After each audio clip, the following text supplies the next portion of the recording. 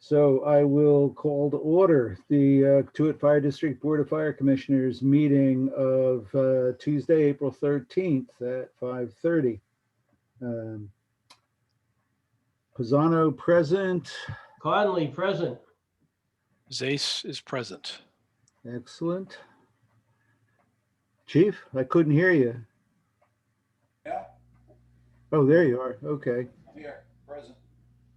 You're Chief, really you are- soft. Is that my volume? No, I think Really?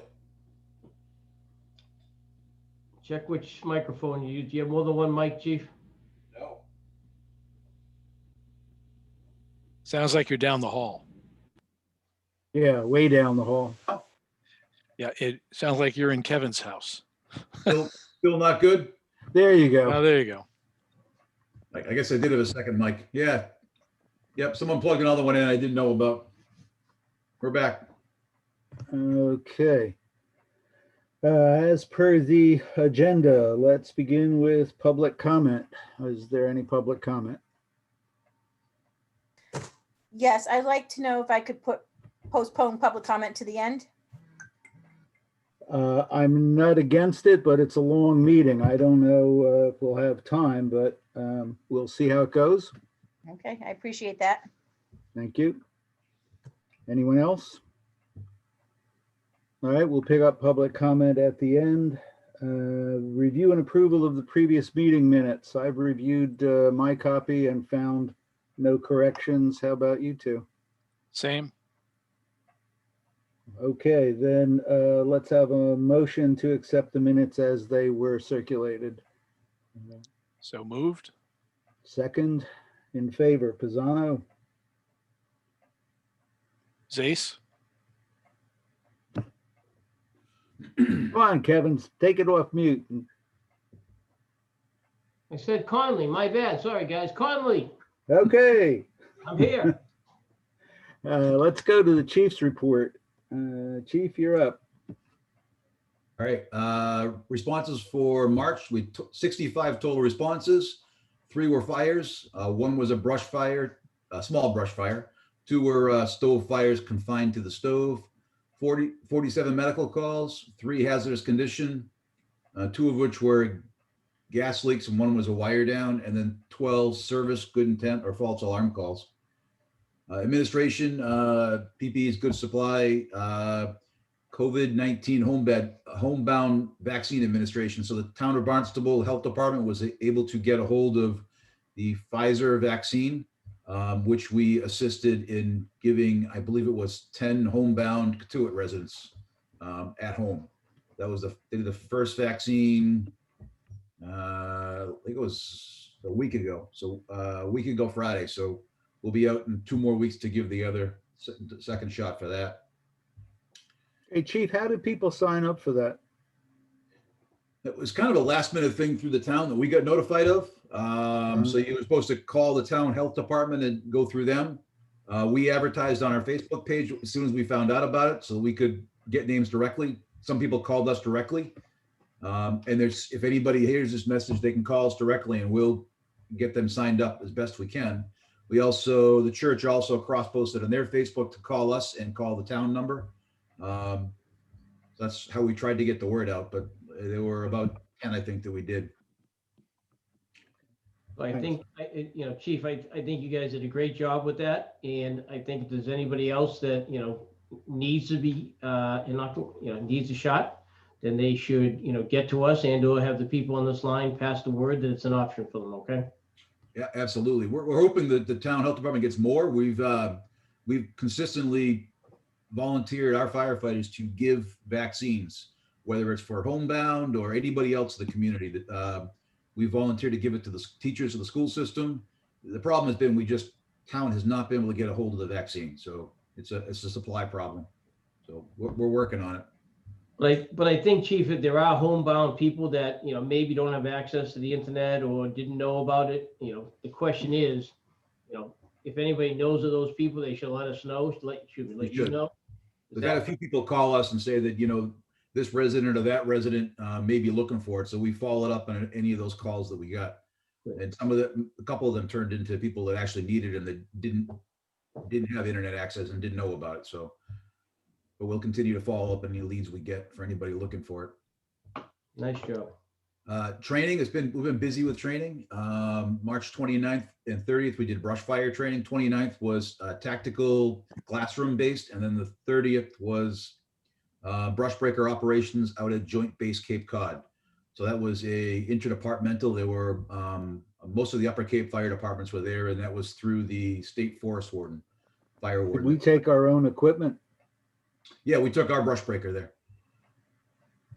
So they had a brush breaker trail that they practiced on. And who else had brush breakers? Falmouth had their brush breaker there. Mashpee had theirs. Joint Base had theirs. Bourne had one there. West Barnstable was there with staff. Com was there with a tender. Now they don't have a breaker.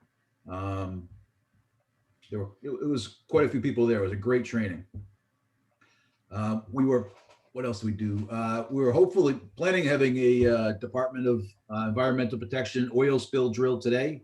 Unfortunately, we had last minute requests to be involved in retired Chief Walter Spike Dottridge's services today. So we had to back out of the drill to participate in the services. So we ended up taking the backup fire engine and delivered his casket from John Lawrence Funeral Home to Mosswood Cemetery, which we were proud to be part of. So had several volunteers that came in from the fire department to help us out. So that was our morning this morning.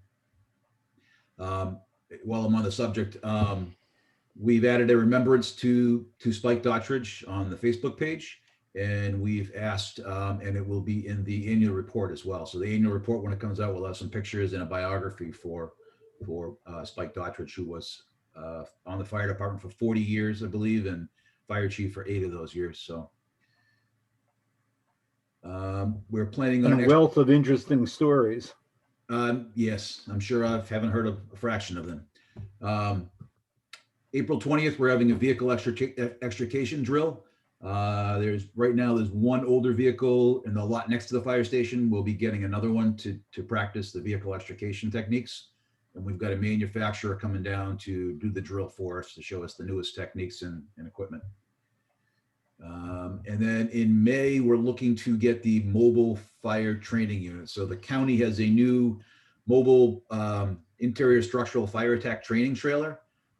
It's made up of I believe it's a 40-foot long shipping container that has compartmentalized and fed with natural gas, so no hazardous materials. But it simulates an interior fire attack. So we're looking to bring that to Katuitt and do the drill here. We'll let you know as soon as we have a date, and I'm sure it'll be interesting to attend. Hopefully we can advertise that on Facebook too. As long as we have it somewhere the public can attend, maybe the public would want to watch that drill as well. Cool. Might we be able to have it in the parking lot at the ball field? We Or could the do it there, parking yeah. lot at the school. We could do the parking lot of the school or the ball field as long as we get permission. It will not fit. It won't fit in the lot next to the fire station, so we'd have to do it somewhere else. So those are the 2 locations I can think of. Possibly Freedom Hall parking lot would work too, but the parking there's a bit of an issue. So we'll find a location as soon as we get a date and make that work. The Pro EMS report was attached. Nothing new in personnel to report. Apparatus. Boat 266 is in the water in service. So that's back at the same dock it was at last year. It's in service. It went in the water yesterday. We're planning on going last week, but it needed new batteries. So we had to order some from off Cape and get those put in. Engine 263, our backup engine. So we've been talking to Sandwich about sharing resources. Started off talking about sharing an ambulance. It's turned into sharing a backup engine. So they asked to look at it. They brought it over. They ended up doing a bunch of repairs to it. They repaired some water leaks, air leaks, trained their shifts on it, actually ran it for a couple days front due to try it out and sent it back to us. So we got it back in great shape, repairs fixed at 0 cost, and looking forward to having it used more often, which will keep it running better and having a lower cost mechanical solution for it. That's also a great precedent if in fact we're able to get funding to get the spare ambulance. The experience with this shared apparatus arrangement would be very helpful in going forward and working that out. Absolutely. We're hoping this catches on for some of the other departments. We're hoping to expand to shared purchasing programs so we can actually buy the same fire trucks and the same ambulances. So get them at lower cost, have like equipment so everybody knows where everybody else's tools are stored on equipment. Hey, Chief, sorry to Go ahead. stop. When you have those conversations, what's the reception like? You know, how engaged are the other folks you're talking with? Is there a lot of pushback? Or are people enthusiastic about the idea? We found Sandwich to be very enthusiastic about the idea. They're very excited. Some of the other departments are kind of slow to respond. Fire trucks have been like, I don't know what you'd call them. Firefighters have taken great pride in their equipment, and we still take great pride in our equipment, but they took great pride in designing something that fit them, that met their needs, that looked pretty, looked great in parades, was unique. And still, most of the country has, everybody designs and has fire trucks custom built for them that are different. So it's kind of a different way of looking at it, to have something that's the same, something that works equally well for everybody. So it's a new conversation. West Barnstable and Mashpee are also interested in the shared ambulance type program or situation. So they're excited about something like this. I don't know. I think it'll catch on. I think this works, and I think it makes financial sense. But I do think it's going to take some time to catch on with everybody else. Yep. Okay. Thanks. Appreciate that. What else for apparatus? I think that's it for apparatus. Facilities. We've got we got the video surveillance security system up and running. It's on the computers at the fire station, and it's in COM dispatch. So COM dispatch now has the ability to see which trucks are in apparatus bay, which are on the front ramp. They can see the front door if the station happens to be empty. We were under the impression we were going to be able to have a web-based link so that the commissioners could see what's going on at the fire station as well. It turns out that when we got the tech down here, the current version of firmware we have on our recorder doesn't allow us to do that. So they're looking at getting the newer version, which has just been released, that'll allow that. And as soon as that happens, we'll be able to have a web link for access. But at this point in time, if you want access, I have to send you the application for you to download, which was fine. So if any of the commissioners want access, if they email me a note, I'll send them the installation software and the link if they want to do it. But it's not a simple web link, unfortunately. No, if I need to know, I'll just walk over. That works too. It's just There's outside. some advantages to a small village. It is. Yeah. Facilities, construction update. The new offices or bunk rooms that are taking the place of the offices are all framed up, sheetrocked. The guys were painting today. Our guys, they're all done painting. They're all done painting the new rooms. They're actually painting the old rooms now. We've received 2 of 3 bids for the flooring. So we're waiting on this third bid that we're going to need, because it's just over $10,000 to replace the remaining rug in the station. So, well, the first two bids are just over 10. So we're waiting on a third bid, which should come in tomorrow. And then once the flooring gets put in, we'll start moving stuff around and moving into the rooms. So that should happen within the next couple of weeks, I hope. The flooring bids are all for the interlocking vinyl, right? Yeah, it's a vinyl industrial floor that's taking the place of any carpet. So the carpet in the living area is beat up, torn. It's a mess. We're replacing carpet with the vinyl flooring, which easier to clean, looks better, and lasts a lot longer. So, and that's also going to go in the new rooms. Okay. think that's it on construction update. We talked about the remembrance for Walter Spike Dottridge. And like I said, that'll be in the annual report. I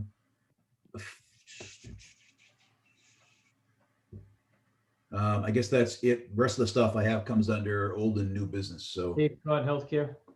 yeah, that's under new business. You want to talk about that now or go to talk was about up. it here? I saw it in another, that's why I mentioned it. Yeah, I put it there as well. Do you want to talk about that right now? Sure. Rick?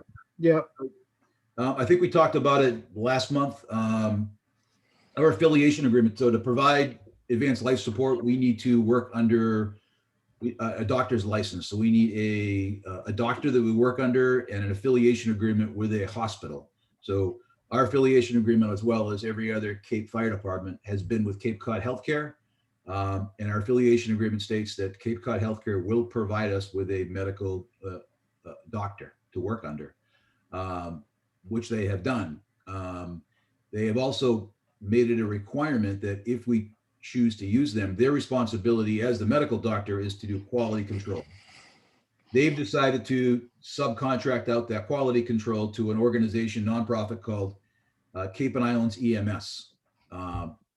Cape and Islands does the quality control for Cape Cod Healthcare and charges the fire departments to provide that service. So we pay a yearly bill to Cape and Islands EMS to fulfill the doctor's responsibility.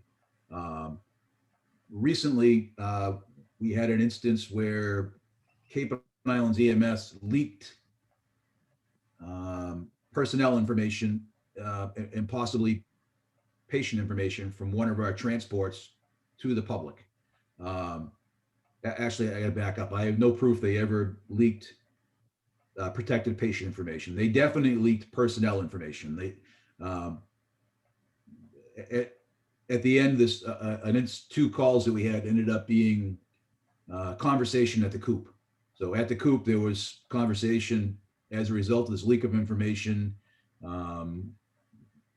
which a lot of the information wasn't true, but they were able to, this information identified 3 of our employees that nobody should have had information on. So we've followed up on this leak, able to go through our electronic database and prove who accessed our patient care report, when they accessed it,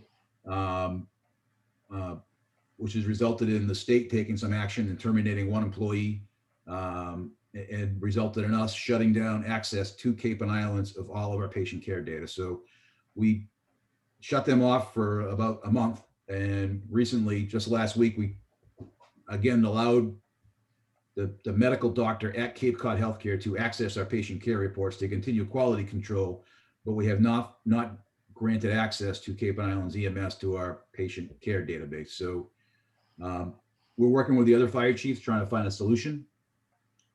Cape Cod Healthcare has said that they will not provide us medical direction or a medical doctor to work under if we don't continue to utilize Cape and Islands EMS. So we've approached some other organizations. We approached Beth Israel Plymouth, and they've agreed to be our medical affiliated hospital and provide a medical doctor for us to work under in a quality control system. So we've got a second offer, and the fire chief's executive board is meeting Thursday, and we're going to meet with Cape Cod Healthcare executives and find the best solution forward. So going forward, our patient care information and our personnel information has been locked down and secured. And we're looking for a quality control system that is better than what we had and fills our needs better. We'll see how that works out. So BI Plymouth is offering the service at 0 charge. So it actually saves us about $3,000 a year. Actually, Cape and Islands was talking about increasing their bill to $5,000 next year. So it could save us $5,000 a year. So we're waiting to see what Cape Cod Healthcare has to offer. And several of the other departments on the Upper Cape have thought and talked about doing the same thing. So we're all kind of in the same boat, and we'll see where we end up. Any I questions? would add to this that we served written notice to Cape and Islands EMS that we are not automatically renewing our contract with them at the end of the fiscal year. we still have the option, depending on how things work out, of renewing with them. But by notifying them that we don't want automatic renewal, we're leaving our options open to move to a new format as of July 1st. That's correct. So there's other departments that have also notified them. We had to notify them by April 1st, or you're automatically renew in a year contract with them. So we notified them that we may withdraw, leaving our options open. At the time, we didn't know if we had a backup option. Now we do. So that's a good thing. The board of directors for Cape and Islands EMS has also interviewed me and met with me, and they're conducting their own investigation as to how the information got leaked and why. And so we don't know. I don't know yet what kind of action they are going to take. I mean, when this happened, I think we were all aligned that this is really an egregious abridgment of their responsibilities.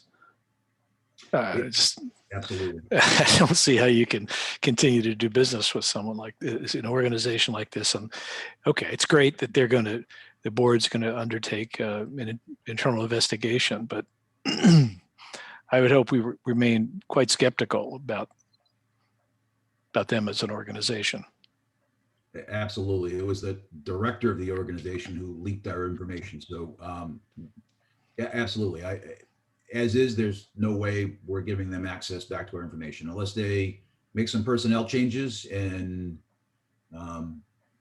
maybe some changes in the services they provide and the cost structure they have. Without that, there's probably very little chance we're going to be a member of their organization anymore. So. Yeah, Commissioner Pisano and Chief Wood, I truly appreciate you guys taking the step of notifying them that we may not be renewing, so getting in front of this. So thank you very much for that. I'm sure we'll have a new update on that next month. That's unfortunately occupied a lot of my time over the last month and probably will over the next month. But at the end of the day, I think we'll have a better quality system and hopefully something that the rest of the departments, local departments, will share in too.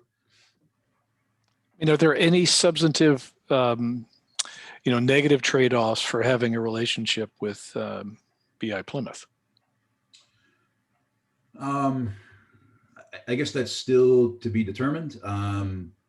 So part of the affiliation agreement is the providing of medical direction. So typically en route to the hospital, we make contact with a medical control, with a doctor or a nurse, and tell them we're coming and get any kind of additional authorizations for treatment that we need. So we're still not sure if Cape Cod Hospital is willing to provide that service. I see no reason why they would not, but there is the possibility that we would have to call BI Plymouth to get medical direction to transport a patient to a different hospital, which is a level. That's what sounds a little clunky to me, but it is a little clunky. I don't think that'll happen. And then the other service that Cape Cod Hospital provides is pharmaceutical exchange or replacement. So if we had to change out expiring drugs at Plymouth as opposed to Cape Cod, I think the time difference is less than around 10 minutes or 10 minutes or less. So there could be an extra 20-minute round trip time if we had to drive to Plymouth to change out medicine. So there could be some complications. The medical director in Plymouth is extremely proactive and excited about training. So I think our level of support would be higher than what we have right now, but there are some trade-offs, negatives that could come with it as well. So we're trying to get the best of all worlds, and ultimately we'd like to continue our relationship with Cape Cod Healthcare without having to use Cape and Islands EMS. So that may happen as well. okay, thank you. Okay. We will get back to that. Let's go back up the agenda to old business. The Policy Advisory Committee update, please. So we met. Where is my policy advisory? I had the minutes all opened here. What the hell?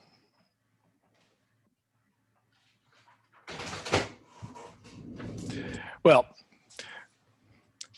this is ridiculous. This is for a guy who's been in software for so long. Now I can't find my document. How about that? It's very So we- gratifying to me.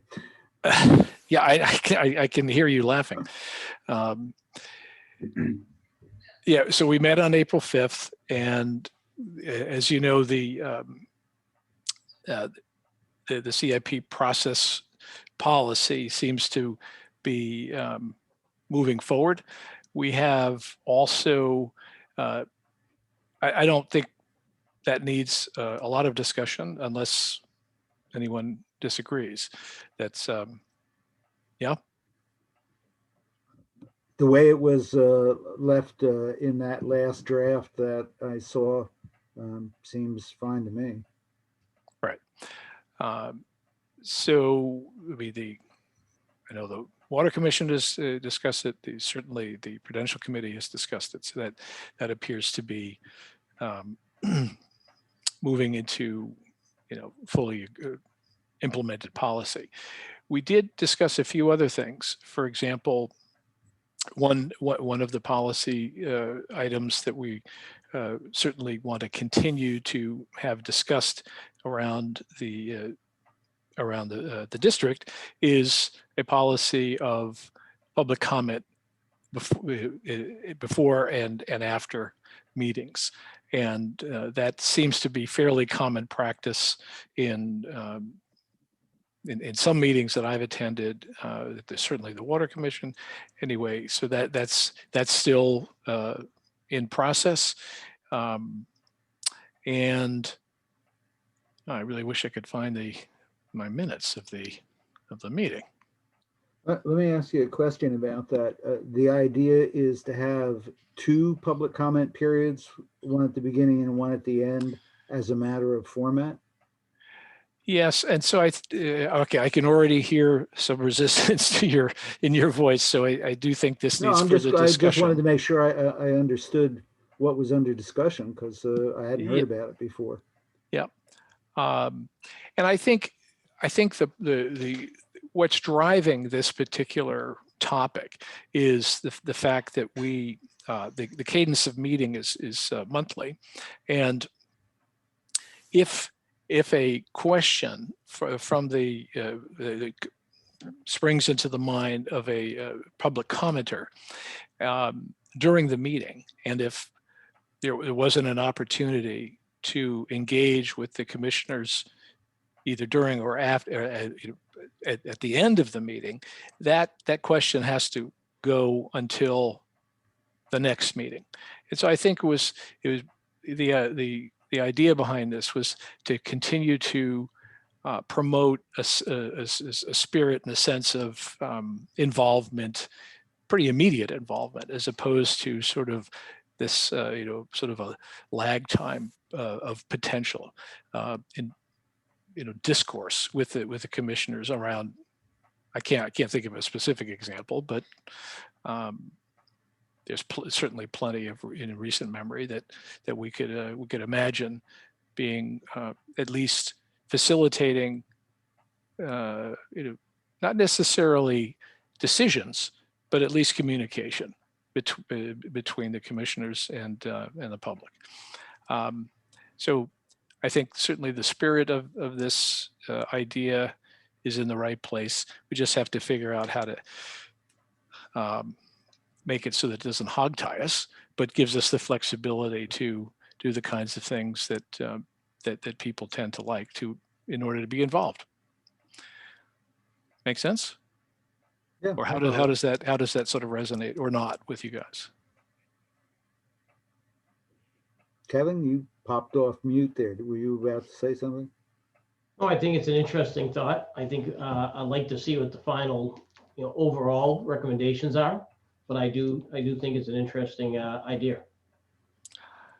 Yeah, Okay. as do I. I would certainly be interested in looking at the recommended format, because one of the concerns is just when meetings run very long and then you get into an Yeah, no, extended- fair point. I was watching Carol yesterday. It was some of them were 2 hours long. So not fire district meetings, but there's volunteers, those of us who are active in various civic associate or district things or garden clubs or whatnot, there's a lot of time, and I do understand the potential slippery slope there. So it's not lost on me that we're not trying to prolong things, but we're also trying to increase the sense of involvement. That's all. So Mhm. I do know that there's been some during the meeting. One of the public commenters was inquiring about whether there might be some advantages to things like rotating chairmanships, as well as potentially term limits. So I think the public is actively asking us to think about things. So those were comments from the public during our last meeting, and no, the committee didn't do anything specifically about doing anything other than saying, "Oh, good idea," you know. So we'll be taking those. We're discussing those kinds of things in upcoming meetings. So Adam, is there a deliverable that's due at some point? No, the big deliverable was the capital. This is the capital policy. So this is just ongoing conversation. So there'll be nothing, it'll just be ongoing on a monthly basis. This is the conversation. Well, I do believe that we have asked one of the Prudential Committee commissioners sits on the Policy Advisory Committee, and I believe the policy about the public comment before and after is going to be on a future, if not soon. The Prudential Committee has plenty of things to deal with, but I believe it's going to be on an upcoming agenda shortly for discussion, not as a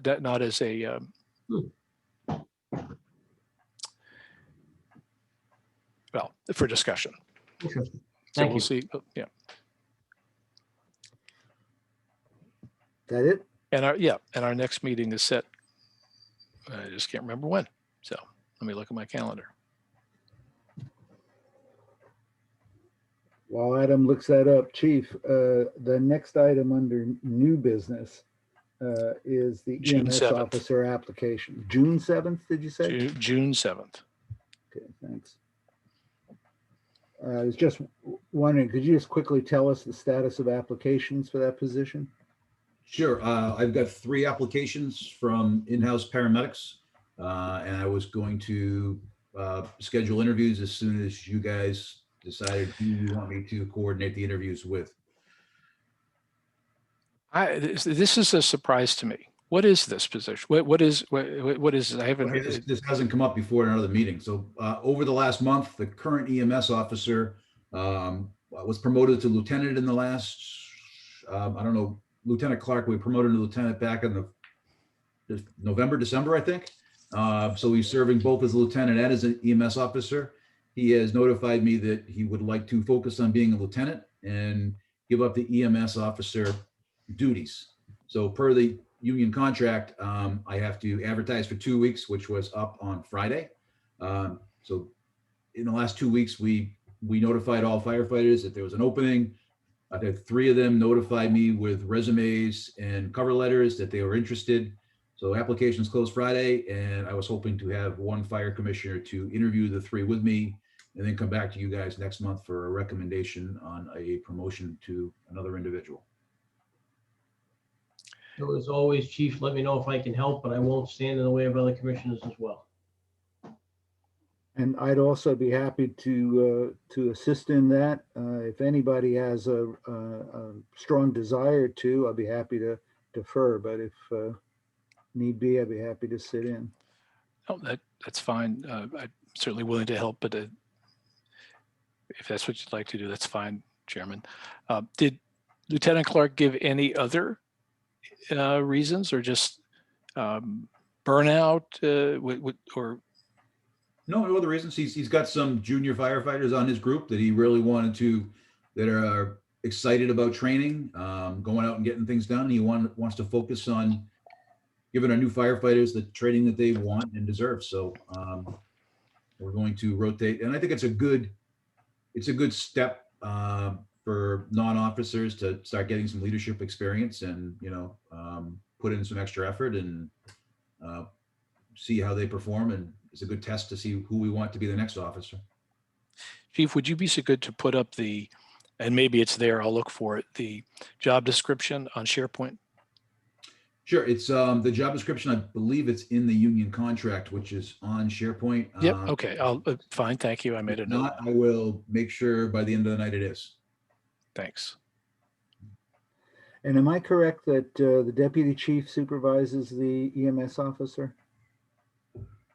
Yeah, he supervises. We both do, but he directly supervises him, correct?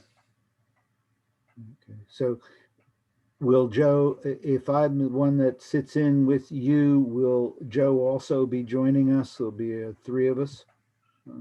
My suggestion is it would be, the three of us, and we usually invite a member of the union. So the union president is actually applying for the position. So the union would pick a representative to be involved.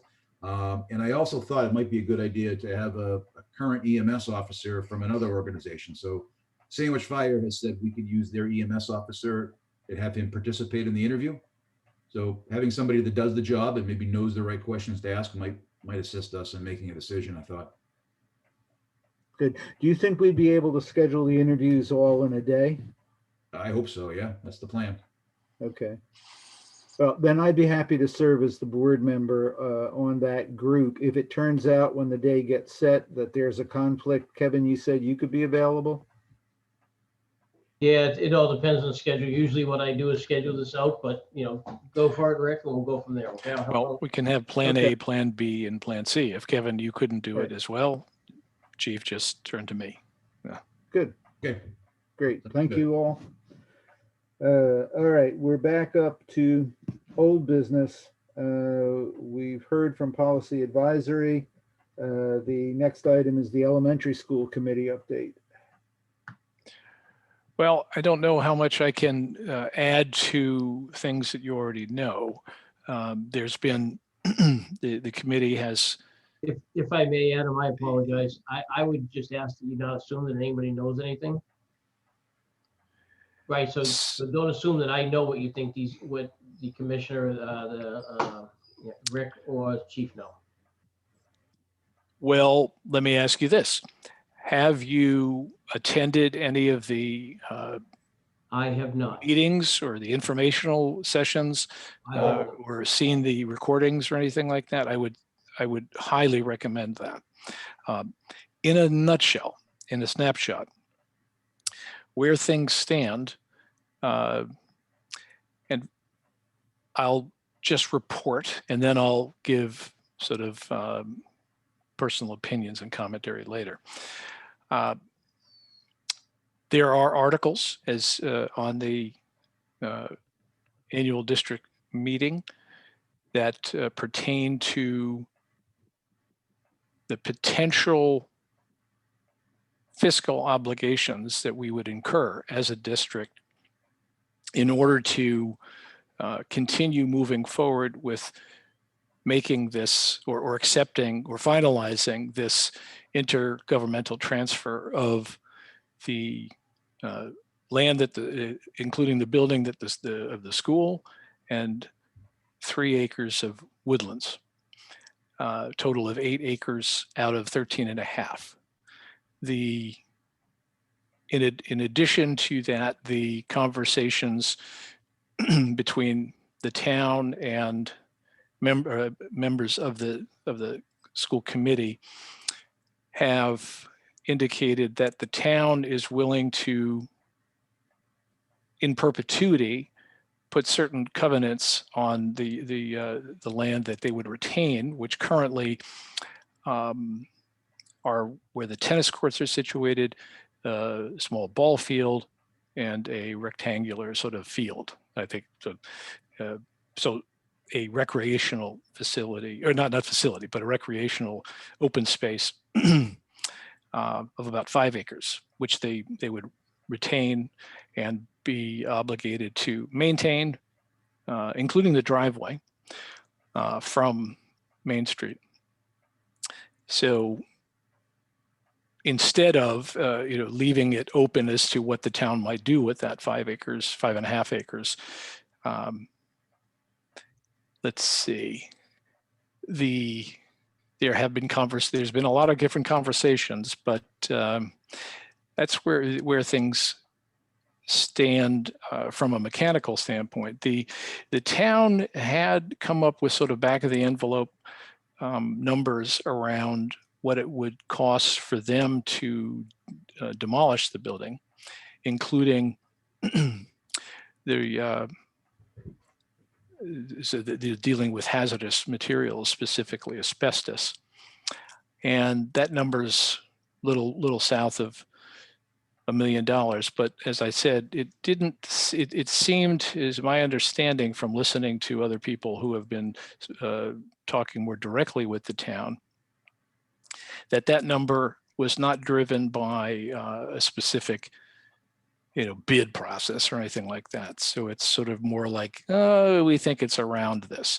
That said, we do think it's a somewhat informed number. So the feeling is that should the district vote to take this, to follow through with this, that we're at least going to be on the hook for demolishing the building as one possibility, primarily driven by the concern around the water. So I'll just stop there and just say, any questions? Has the, yeah, I do, particularly to that last point, the concern around the water. I know that were the building to be maintained and renovated, including partly renovated for a new fire station. The building is in the same zone in relation to the well as the current fire station building is. They're both would be in zone 2. Is that correct, Chief? No, not exactly. The fire station's almost identical distance from the wellhead as the school. The school is in zone 2. The fire station is not in zone 2. Zone 2 extends from that wellhead north. So zone 2 encompasses probably about 1/3 of our village. It's not a small area. It's all the way up Mariner Circle, up to Santuit, Levels Pond. It goes all the way to Levels Pond. So it's a very large area. But yeah, the zone 1 and the zone 2. There's. Have you had a chance to look at the PowerPoint presentation that Jim Danhauser took everyone through? There's a really good slide on that. But yeah, the school is not in zone 1. It is in zone 2, and Chief is right that the water table, the underground sort of modeling of that is more north and west than it is south and east. But that said, it is roughly the same distance to the well between the two buildings. Mm-hmm. I remember the slide from Jim's presentation. Unfortunately, I wasn't able to capture a hard copy of it, but I can go back and try again. Well, I have that. What I'll do is I'll send it to Chief and, I'll send it around to all of you if you like. Yeah, that'd be great. Let me make a note of that.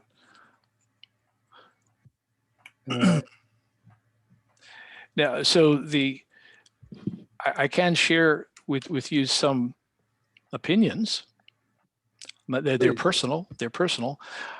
I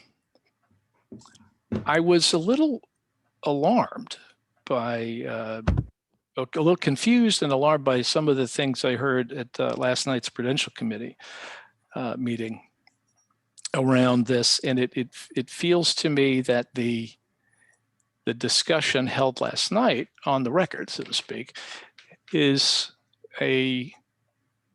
slightly different than what I thought that the committee, where the committee was, the school committee subcommittee of the Prudential was. And so the things that concern me is that it's absolutely not a foregone conclusion that there's going to be a new fire station in this building.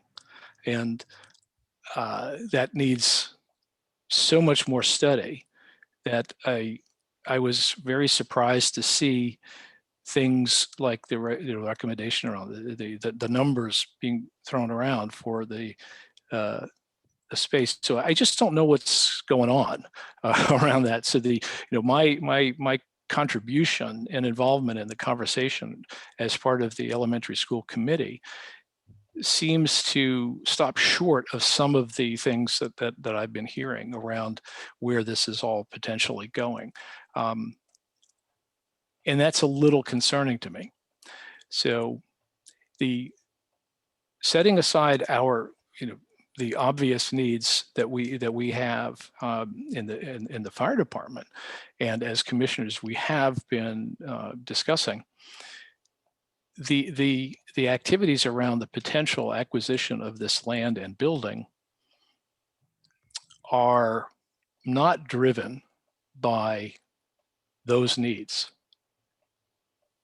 It's possible that is and I'll just use possible and potential future use of that building should it be refurbished and should the district wish to do that. And I'm not saying I'm against that, but it feels to me like we're putting some carts in front of some horses here. And I'm not sure where that's coming from or why. Well, I can offer again, a personal response. Chief, you had your hand up. You want to go ahead? Yeah, sure. These options came from the committee, so I've been. Well, the options were when first? you talked last night at. Can I finish first? Let me finish first. And you can Sorry. respond. Okay. Yeah. We discussed lots of options during the committee, and I told the committee when we were talking that I would look into getting a study for options. We as a fire commissioners and as a district have a responsibility to provide services to the community. We have facilities that are lacking in providing those services. So we have a responsibility to find a way to provide those services. So I spoke with a company that we had contracted for facility study for the prudential offices, and spoke to the Attorney General's office and found that we could amend the current contract with a company that we were, I believe everyone in the district was, or people, the prudential committee was satisfied with or happy with their working with them, had them come up with a proposal, a contract that would analyze what we need as a district for facilities, look at what we do, what we need, and then tell us the most cost-effective way to do that. Now, that could be, it could be improving the facilities we have. It could be using this opportunity. So the school is an opportunity that we could use to help do our job, to fulfill our mission. So one of the possibilities is to use the school envelope to make that happen. No one said it's a foregone conclusion. It's never been said that. They're also going to look at building a freestanding new building, and they're going to come up with a cost to tear it down and restore vegetation. So that's where that came from. It came from the options that were brought up at the school committee meeting.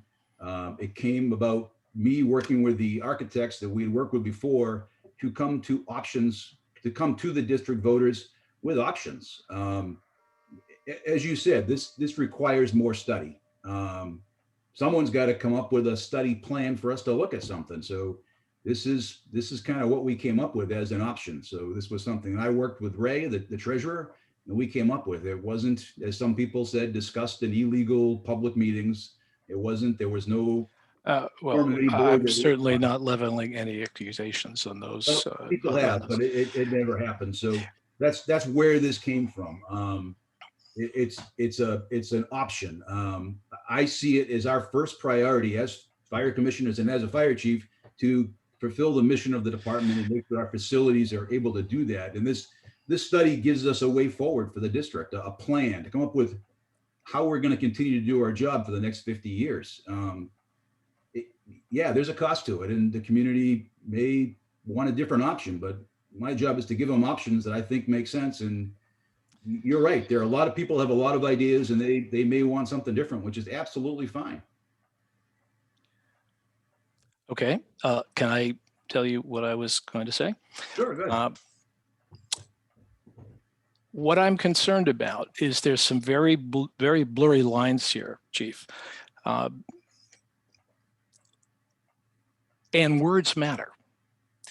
The fact is, I shouldn't say fact, my very clear recollection of the elementary school committee's recommendations or decisions or conclusions was first and foremost that we're going to talk about the demolition of this building. We have to be very careful about the order of these. And so last night, you buried the real mission in third place of the possible options. I do understand where you're coming from about being very, very concerned about the future of the fire department as an organ of public service. Totally get that. But your participation, we cannot be viewed as using the potential taking of this building from the town as being self-serving for things that we might want to do as the fire commission. Clearly, that's what we have to do. But first and foremost, the committee was saying, we want to take this building and we want to have time to study what we're going to do with it. But the first thing is water and potential demolition of the building, not the third thing. And I really think, frankly, that matters. If the talk that I'm hearing, and people are coming to me saying, what's the new fire station? So I'm very concerned about how things get presented, specifically at places like the Prudential Committee meeting. So those are my feelings.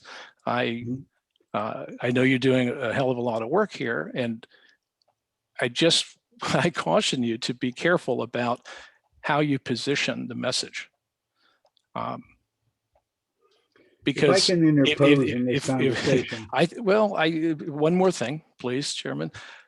I think that taking my hat of the fire commissioner off and just being a member of the school committee, and now just a member of the district, it's crucially important, in my view, in my personal opinion, that we are successful in taking over control over this property to the degree that we've been talking about. 8 acres, the building, and at least getting consensus in the district that this is really good for the district because of the water. It might also be good for other reasons, but first and foremost, that's what we're doing. All right, I'll get off my soapbox. I see a couple of hands come up. Paul, do you want to respond? Sure. There was no ordering of priorities in the study. The study was going to come up with 4 different possibilities at cost. There was no intended priority 1, 2, 3, 4 the way it was ordered. The district voters are going to decide what one priority they choose. Period. One priority. They're going to have one choice, and that's it. And I absolutely do think we should take advantage of this opportunity, because this is an opportunity. And I'll take advantage of every opportunity to do my job better and provide better services. So we'll see what the voters want. Fran, you had raised your hand. Thank you for letting me speak. I don't have the same impression that the committee has decided. The school committee is looking at taking the building and demolishing it. I don't think we're there yet. I think the discussion is the most important thing is for the village to decide, do we want the building or don't we want the building, which is what I said last evening. And then after that, taking a period of time to decide what we're going to do with the building, which include the possibility of demolishing it. But I don't think, there's certainly plenty of people that were interested in other uses for the building. So I don't think we can, just ignore that out of hand. We have to address those issues.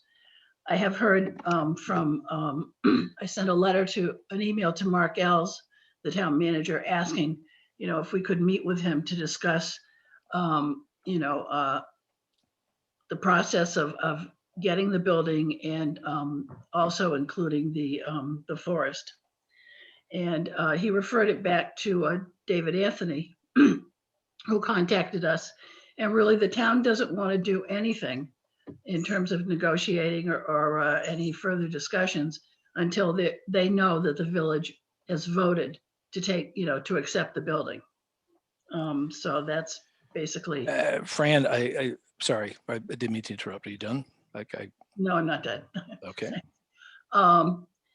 So that's where that stands at the moment. And after last night's meeting, I've been talking to Jim, and we're going to be scheduling some information meetings for the village about the building, including the architects, you know, looking at options and what's on the warrant and the costs that are on the warrant. And then, you know, we'll go from there. But there, you know, one way or the other, we can't, if we decide to do something, keep the building and do something to the building for using it, you know, we're going to have architects come in and advise us, because that's part of the, you know, process the state uses. So that's all I had to say. So in response, let me clarify. What I'm saying that the committee, I believe the committee was of one mind that the ask that we need to make of the citizens of the district is, at the very least, if we take this building, we're going to have to spend some money. At the very least, it's going to be to demolish it. This is not an up or down about, well, we want the building, because we have like he's correctly said, there's obligations around continuing to pay for insurance, to pay for upkeep, and all. There's that's what I mean by, I'm not saying that the first choice is demolished, but the first choice is to make sure that people understand that if the district takes this over, at the very least, we're going to have to spend money to, while we're studying this, maintain the building. And the cheapest thing to do once we have this, I think the committee was very articulate about this, that we can't let the building sit there forever. We have to do something with it. The cheapest thing that we as the district would do with the building once we had it would be to get rid of it. I'm not advocating that. I'm just saying that that's what my recollection of the committee said, that we should go to the voters. And we, as representatives, in this case, the fire commission, we need to be very clear with people that we talk to that you're not voting on a new fire station. So that's where I get personally very, very concerned about messaging. I mean, this is my business is about messaging, and so I feel very that's where I was coming from.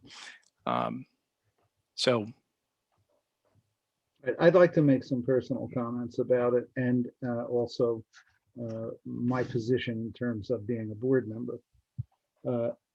The first and foremost that we all, in prior meetings when this issue of the building first came up, agreed on is that there was real value in the district capturing the resource that land and building represented. And the first and foremost reason was to protect the water quality in the area and block proposed development of that property. And that has continued. We have, from last night's Prudential meeting, an article, I think it's number 16, that is the opportunity for the voters to take the first step in choosing process, which is to vote on accepting the property with an understanding of what at least the initial cost would be to accept the property and transfer it and cover a year's worth of operating expenses. The question of what to do next, including demolition, can't be made until somebody gives us a harder number about what demolition would cost. Demolition and restoration, the back of the envelope number from the town is hardly something I would want to take to the voters to make a decision on, both personally and as a board member. And then to shift hats, as a member of this board, and speaking of the chief's earlier point about our obligation to continue actively planning on a 30-year timetable, as your recommendation from the Policy Advisory Committee and the Capital Improvement Program speaks to, is that we have to both monitor progress in the short run and maintain the long view. And if this property is acquired, then shifting hats to being fire commissioners, we ought to be looking at whether or not some of our needs in the fire district could be addressed and at what cost to a potential renovation of the building. And that in Article 17 gets included as an option to be examined and weighed. But they also get to examine, and that doesn't have really, in some ways, it almost has nothing to do with that acquiring the property. If we separated these two articles by a few numbers so that they didn't look like Siamese twins, it would be a separate issue to then say, if the district now is going to take possession of this property and they're buying themselves a year to then figure out what do people want to do with it. The next article is to fund the necessary research to find out what we want to do, including demolition, which also needs to be studied and cost out. But included in that, from our perspective as fire commissioners, are two of the other options, one of which is significant renovation of the existing structure. And is that feasible and is it cost effective to take care of our mandate out the next 30 years? And the second option is the potential of renovating a portion of the building to meet that mission. And those two are the ones that we as fire commissioners need to be able to speak to, separate from the question about acquisition. I take your point about messaging very seriously. If demolition and restoration of green space had been the first option listed on there, and that read easier to people's minds, fine, I would have been all for that. I don't care. But our sell in the informational meetings that are coming up are at least two-legged. One is the sell about acquiring the property and accepting the cost of a year's operation. The second sell is to accept the realistic cost of a detailed study that isn't just about that property, but about the 30-year needs plans for the district. And that includes addressing the needs of the fire department. Okay, my soapbox is washed away. I'm done. I don't disagree with any of that. I got the chance to read Article 17 pretty much this morning, and so haven't had a chance to see it until now. Now, it may have been available to me and I didn't know about it, and so shame on me, perhaps. But some of these things were just a little bit of a surprise. Well, we all are operating under a time crunch because realistically, as Fran warned everybody back at the beginning of this process, the last thing the district needs is to acquire what do you call it? A dead space, a financial crocodile. A white elephant. You have a building sitting there going to ruin and simply escalating cost. So to get things done in the real world, a study needs to be done, and it needs to be booked quickly because architectural and construction firms aren't exactly idle these days. To get on their booking and get time to have something done and get it back to the voters in under several years means that we have to make some decisions and act expeditiously. Okay, I'm done.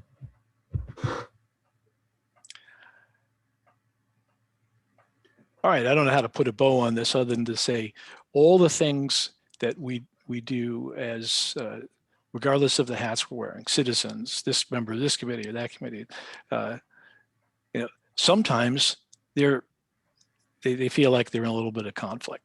So I am absolutely in line with that.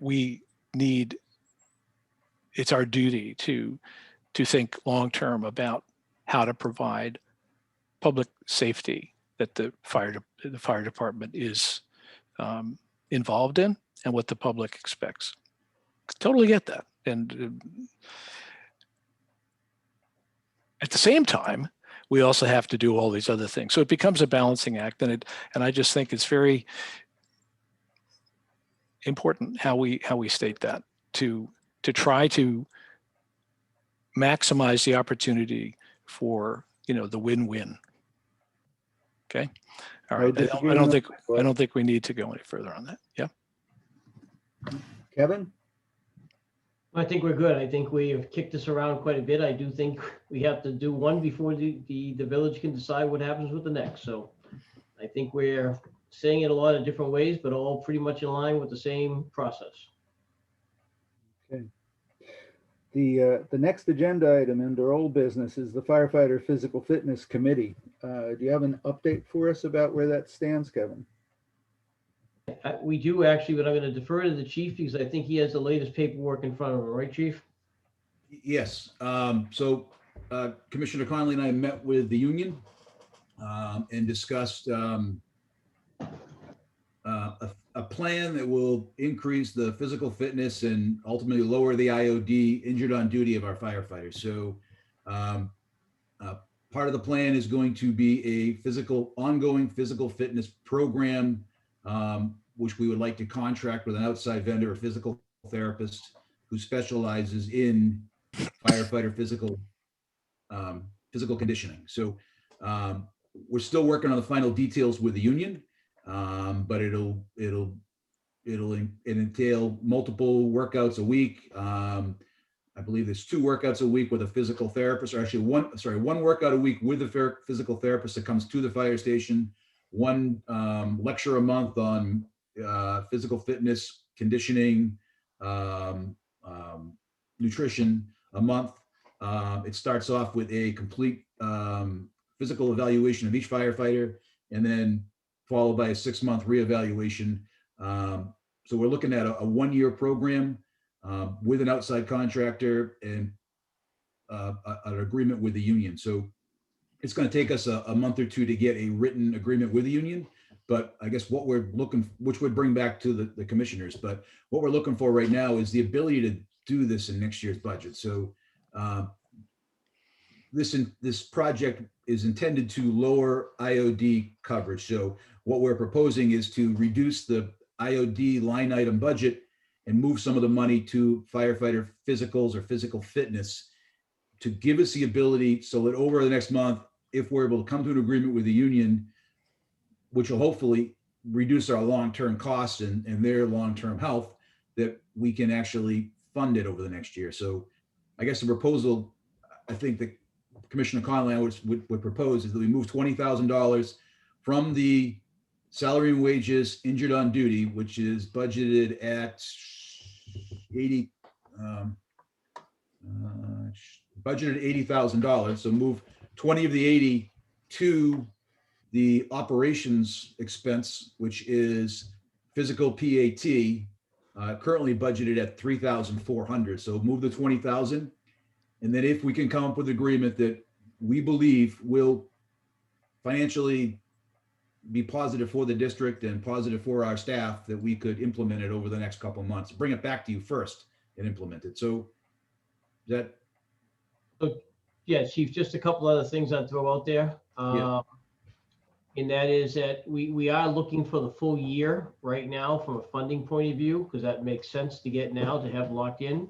but we would look at a 6-month implementation, right? 6-month implementation to see what success looks like. Right.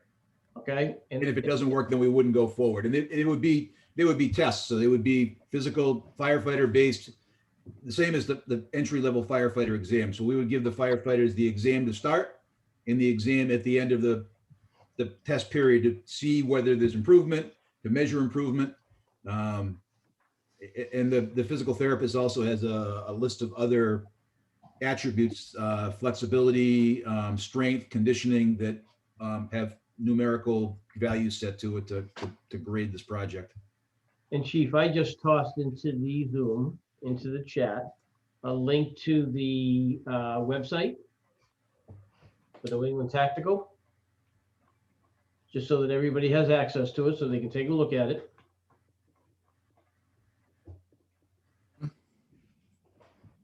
But it's interesting. The union is very interested in moving forward with this. It's them being proactive, us being proactive with them, and trying to come to a situation where we're able to, help them, help the village ultimately in the long run as well. I'd like to ask for a point of clarification. The line item on the proposed budget that we would be moving this monies to, I'm not finding Yeah. which one. Yeah, you were taking exactly what I was. Did you say we were potentially moving money from staffing to an operational? No, Yes. Yes, we're moving item from salary and wages. So from salary and wages, injured on duty, to operations, physical/PAT. oh, that's why I couldn't find it. Because I said the wrong thing? No, I was looking on the wrong page. I just Oh. assumed it was within wages. That's So the problem. this would be a rewrite of the proposed, not a change in the final number, but a rewrite between those two categories. Yes, we'd have to notify the treasurer to change the warrant, the article for the district meeting. Problem is that if we do come to an agreement with the union and some kind of positive agreement going forward, we can't use salary and wages money to pay an outside contractor.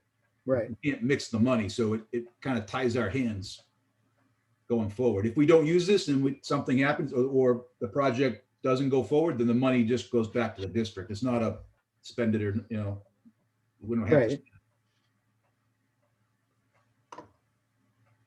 But my concern is, again, timeline. You guys are working on a proposal. It needs to come back to this committee when you have an agreement for us to look at and vote on. And then we would have to authorize the adjustment of the budget and get that into the article for the annual district meeting. I don't see the available time unless, well, we could call a special meeting of the fire board to address that if it were to happen pretty quickly. Well, I think the proposal is we make the motion and make the vote now. And if we get the agreement, which we fully expect to get an agreement, that we go forward. If we don't, then the change just stays permanent. And the money in physicals just doesn't get used next year. And we're going to just hope that we get by on the $60,000. 60,000 in the IOD line. Yes, that's That'd be the exactly, plan. that's the plan. That's our hope. I'm hoping we don't spend $1 on IOD next year, but yeah. Yeah, that'd be terrific. Yeah, that would. We've had years like that, but But based on the timing commissioners, that's the only way it really works. We have to have conversations with the union still. We have to, dot some I's and cross some T's. So getting it locked up and in place, that will allow us to go forward and then leverage it as appropriate. So for my little pea brain, we have to essentially have a different budget proposal for the district meeting. And I mean, I know it's not a huge, it's just this money, but because we can't shift monies from salaries to operations, we have to sort of submit a revised budget. And mechanically, that is a challenge, but maybe we should, is it possible, Fran? We To do still have time to do it. It would involve the treasurer rewriting the numbers on that subset of our proposed budget for the annual district meeting warrant. Well, I mean, this seems like a no-brainer, but we have to do it so that we don't run afoul of the various, obligations we have. Well, I personally think that if we get a good proposal, I'd be happy to support it. But since that's up in the air and we have to act expeditiously, I would be inclined to go ahead and vote in favor of moving that money to operations on the optimistic hope that a good contract with the union is worked out and that we can put this experiment into play. We're not the only ones doing this. There are a lot of more progressive Western departments that actually have physical therapists on staff full-time, and they've shown it to reduce their costs. It's something that, the Western departments are doing. It's something unique to Cape Cod. It's not something I've seen done around here before, but I think in the long run, it will save us money. The reality is there appears to be a lot of interest for the union. We have to lock down what the requirements are, but the interest seems to be there, and we'll, have to see how that conversation plays out before we before we sign anything and move forward. Can we do this? Can we say we will meet upon a proposal? I don't think we should. It doesn't seem like we move to do this, make a motion to do this. We, as you said, Chairman, let's get a proposal and then let's meet and then make those decisions once we have that to consider.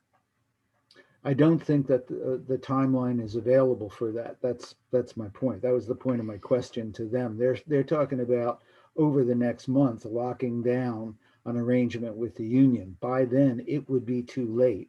Even if we had a special fire board meeting the day they locked it down, we would already have missed the window to modify the budget as the warrant went to annual district meeting.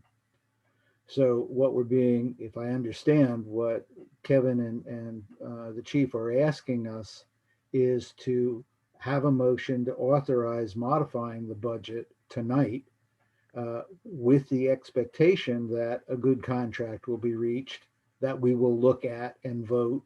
And if we accept it, it goes forward. And if we either don't get something or we don't accept it, the money will just sit in that line item in operations unused and be returned to the voters next year. Are there any concerns about that once it's in operations that it would be then used for a different purpose?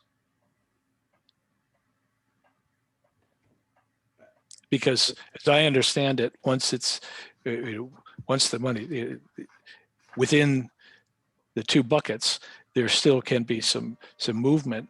And if we do this, it's not like I unless you tell me otherwise, that we're not necessarily, we can't or lock this down to a potential expenditure only of this nature. You are correct. We could overspend another account by that $20,000 legally. We do our best to spend the amount of money we have in each line item. For legal services is a great expense. We budgeted, I think it was $46,000 last year for legal. We didn't spend half of that, and it goes back. We don't just move it somewhere else and spend it.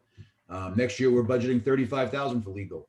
My hope is we don't spend our dollar of that. I know we will, but well, with our new contract, we'll spend a certain base amount in monthly retainer. So yeah, you guys see our bills on a monthly basis, all the warrants. I think online, if you're able to, it shows you each category and how much is expended and how much we're either have left or in the red. It's something we monitor on a monthly basis. So we do our best unless there's an emergency. If there was an emergency and some truck blew up or something really bad happened in operations, then I'd have to come to you guys to authorize it anyways. It wouldn't just be done without your permission. Right, that was going to be my point. The chief has always worked well with us in terms of bringing to us for review and approval or authorization any significant shifts that have had to happen and we monitor expenditures on a monthly basis so that we can foresee potential problems if they arise. So could it be spent on something else? Yes, but it would be with our approval. And I believe We have don't mid-year lose budgets for control of boards. that. What, chief? If that's responsive to your point. I was going to say, I'm also responsible to coming to you and the Prudential for mid-year budget reports where we show each category and where we are and whether we're on target or off target. So it's something that's we all keep a pretty good eye on that. Can you remind me what informed the 20K number? Is that a sort of a verbal kind of estimate that So you if got look from at- these folks? If you look at the website that Commissioner Connolly sent, this particular therapist has some different plans. So we were looking at the least expensive plan prorated for the number of employees we have, and it works out to somewhere in the range of $10,000 for 6 months. Okay.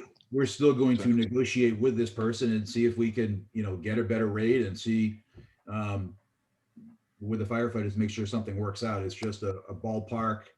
This is about where we're looking for a full year. And if it doesn't work after a month, we won't continue it, but we'll monitor it continuously and set a 6-month review on the plan as a whole and see how it works out. See if hopefully it will reduce our costs. Well, we'll know pretty quickly if people are actively participating and holding their end of it up. Right. So part of the plan we discussed with the union is people are held accountable to working out a minimum number of times per week. So we're working on what that number would be, but it would be, in excess of 2 times a week, whether it's 4 times a week, 5. I don't know exactly what we're going to work out with, but there will be a continuing monitor of how often people are spending time in the gym and baseline readings and, continuing readings on how they're improving, hopefully how they're improving.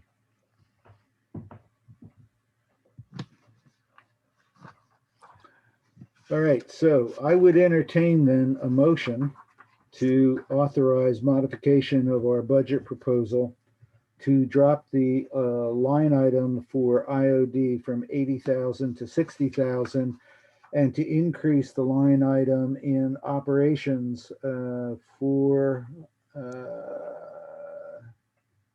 Physical and right, yeah.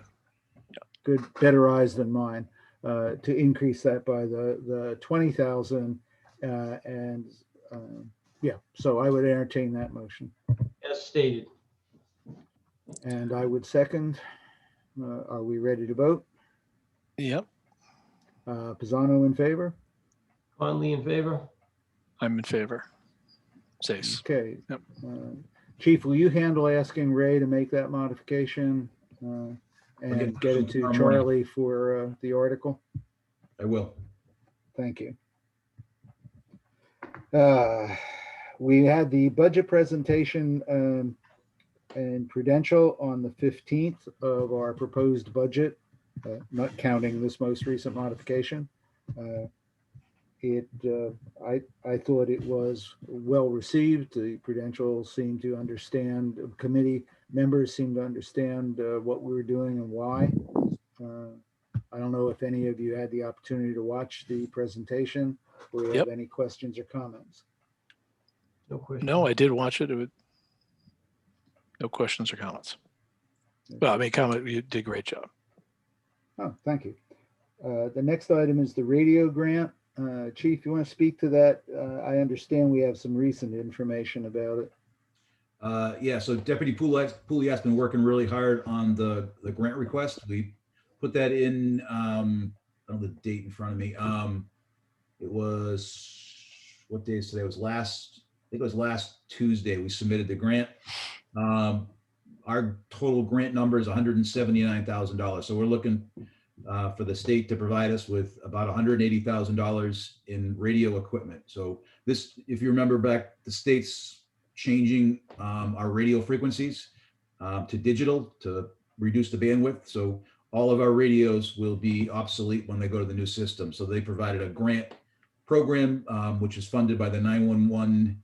I think it's a 911 tax on everybody's cell phone bill that's paying this for the state. So they're basically replacing every radio for everybody in the state because none of our radios will continue to work when we go digital. So we haven't got a response back. We expect a response back any day with either corrections or sometimes the other departments are getting notes that some of the radios they requested haven't been used in so long that they're not going to replace them. So we'll respond back to whatever they have for input, and hopefully in the next 6 months we'll be replacing radios. Good. The discussion of warrant articles under new business, I think we've already covered, unless there is more that either of you want to go back and readdress. Nope. I have not. Okay. And we have included in the materials for this evening's meeting the draft of the annual report. I've looked it over. I think it was a nicely done job. Thank you, Chief. Thank you. Have you guys had a chance to look at it? Yes. Is this literally the annual report for the year ending June 30th, 2020? Yes, literally is. It's Okay. feel like it's a little late, but this is what's printed up and distributed every year at the district meeting. So it's just the way it's done. Yeah, and it's always 11 months beyond. It's all old business, old news. But This is just sort of, I'm wondering if there's a way for us to do this that's feels more current for folks, because I thought this was, I mean, every time I see it, and I see it once a year, I'm going, oh, this is great stuff. Why aren't we somehow? part of the historical record, right? Yeah. Okay. That concludes the items on my agenda. I know the hour is late, but I'd like to reopen for public comment. Yes, I just have a question for Chief Rude. During the meeting tonight, I was wondering, because I didn't quite understand, how long did we loan a fire truck to Sandwich, and what dates was that?